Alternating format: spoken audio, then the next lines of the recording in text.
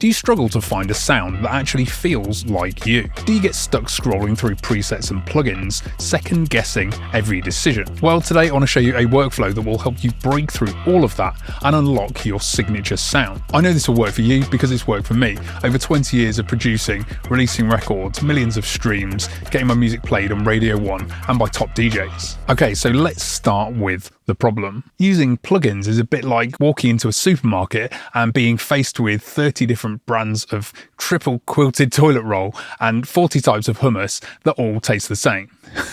In your DAW, you've got stock plugins, free plugins, vintage plugins, expensive plugins, plugins inside plugins. And we mix and match everything. It's like we're working in some kind of virtual mega studio with every bit of gear ever made. And this overwhelm of plugins brings two problems. First, decision paralysis. Too much choice stops you from making any decision at all. And second, using too many different plugins dilutes your sonic identity. I knew this because I used to be the editor of a magazine about music software, so I had thousands of plugins installed, and my folder was growing faster than I could learn to use any of them. So I knew I had to fix this because the more plugins I installed, the less consistent my music sounded. By the way, I've spent years figuring out ways around all this stuff, so if you struggle to finish tracks or develop your own sound, I'll be giving away free tips by email. Sign up at the link below. Anyway, for this problem, I fixed it using something I call the 90s method. The 90s and 2000s were a golden era of electronic music. Producers had really limited setups, maybe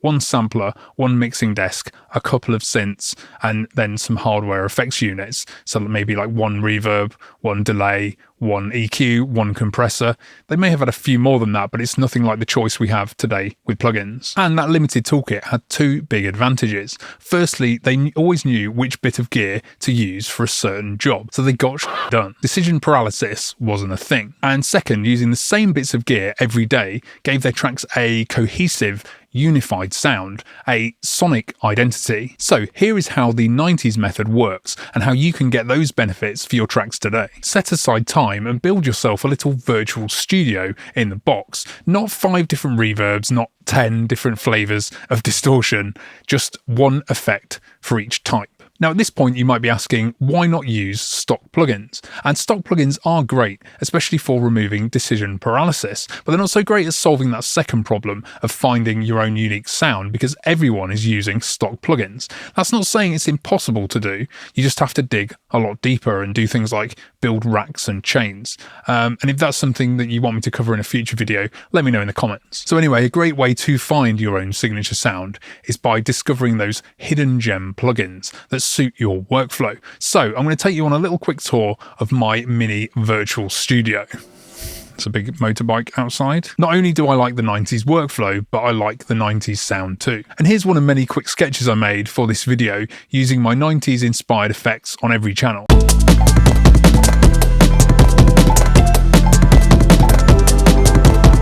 Now you could copy my plugins, but I'd advise that you don't because you want to find your own sound. And also none of these are sponsored, by the way. Okay, so let's start with color. To emulate a sampler's input stage, you could use a bit crusher or something like this Amigo sampler.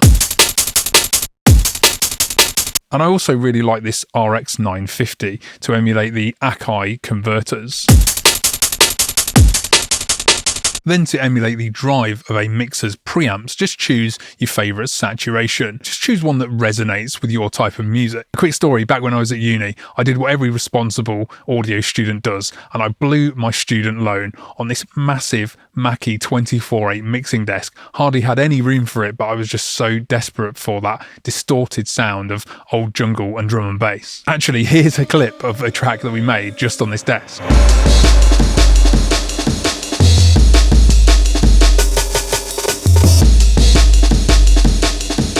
And so I use the free Macatee and Mac EQ plugins from Air Windows. They're not exactly like the hardware, but close enough.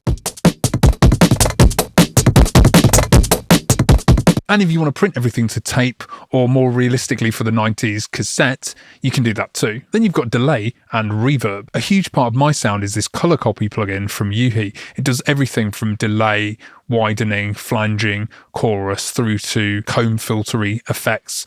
And it also sounds really good as like a color tone box.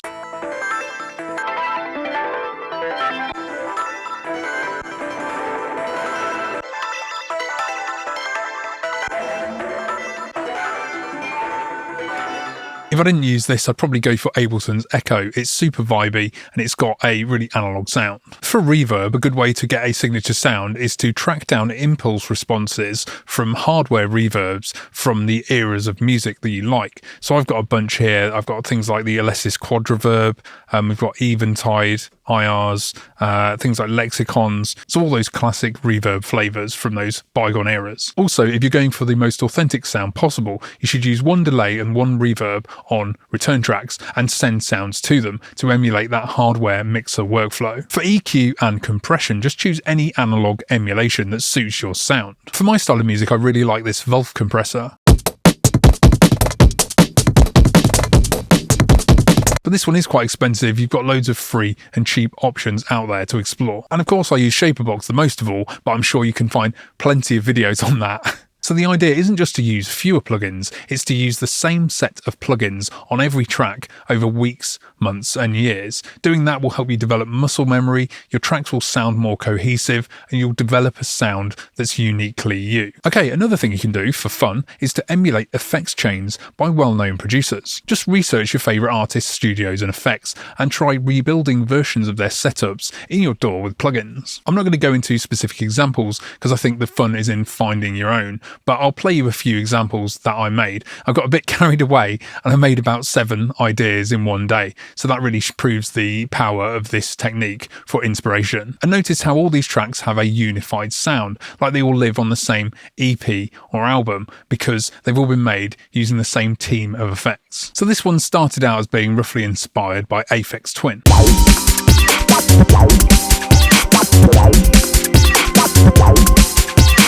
Now this one started as an Aphex Twin experiment with the MS-20 and turned into jungle.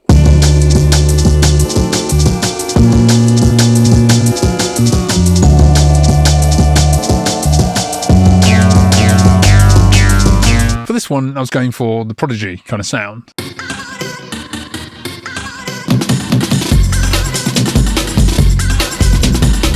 And this one started as a Boards of Canada cassette experiment and turned into something else.